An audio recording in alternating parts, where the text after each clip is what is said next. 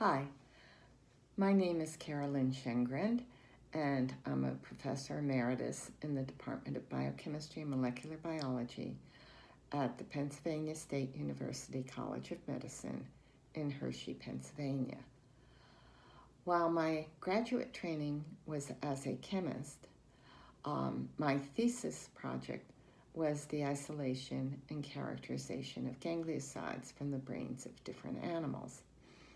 This led to my developing an interest in neurochemistry, but I also knew I wanted to learn some enzymology, so I took a position as a postdoctoral position in order to learn some enzymology, and about a year and a half later, I was recruited to be a junior faculty member in a brand new college of medicine that had only opened the previous summer and was under Penn State University.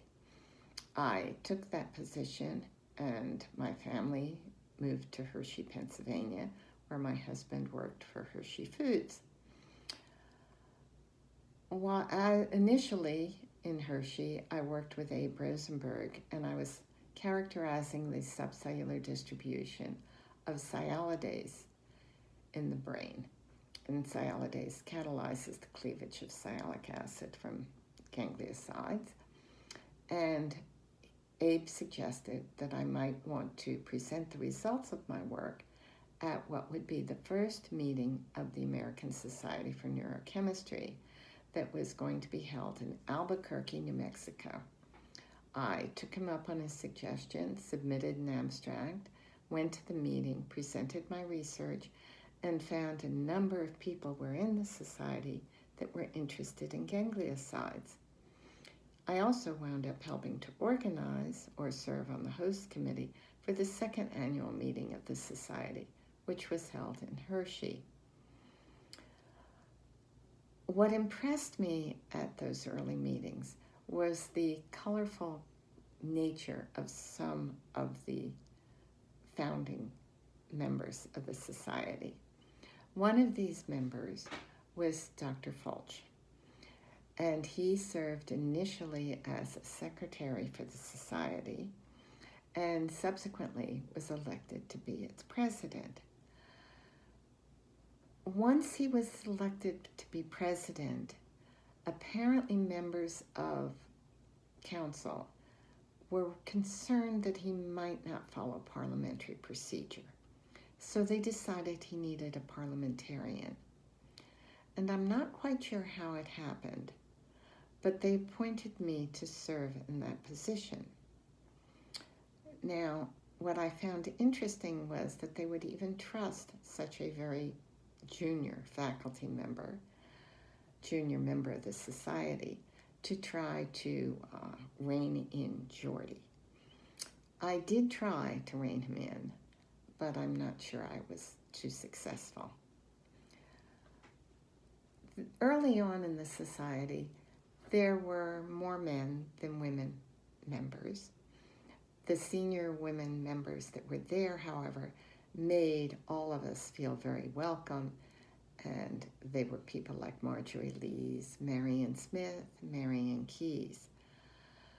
I met another young member of the Neurochemistry Society named Shirley Peduslo, and the two of us discussed this lack of female members and thought it might be nice to be able to have a women neurochemists group within the society so that the women could meet together and discuss issues that would be of more interest to women than to men.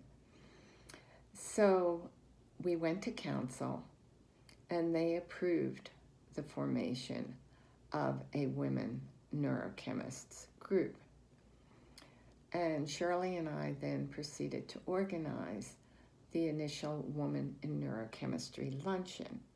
And it's something that I'm very happy to see is still happening. At those luncheon meetings, we set it up so that issues that would be of interest to women would be discussed.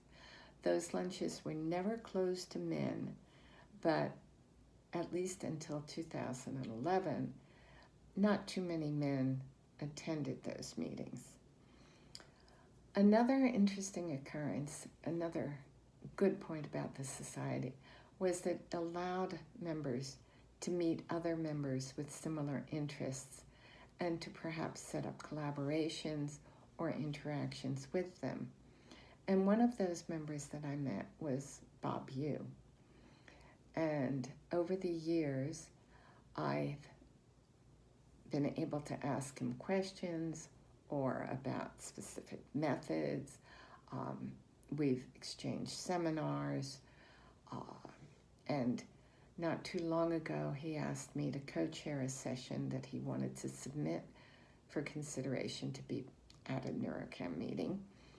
And I agreed, and we did co-chair the session, and it led to us co-editing a book on the glycobiology of the nervous system.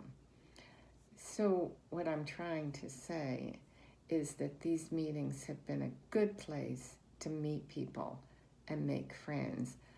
And Bob and Shirley are just two examples of friendships that I made by attending these meetings. And so my final comment would be related to the future.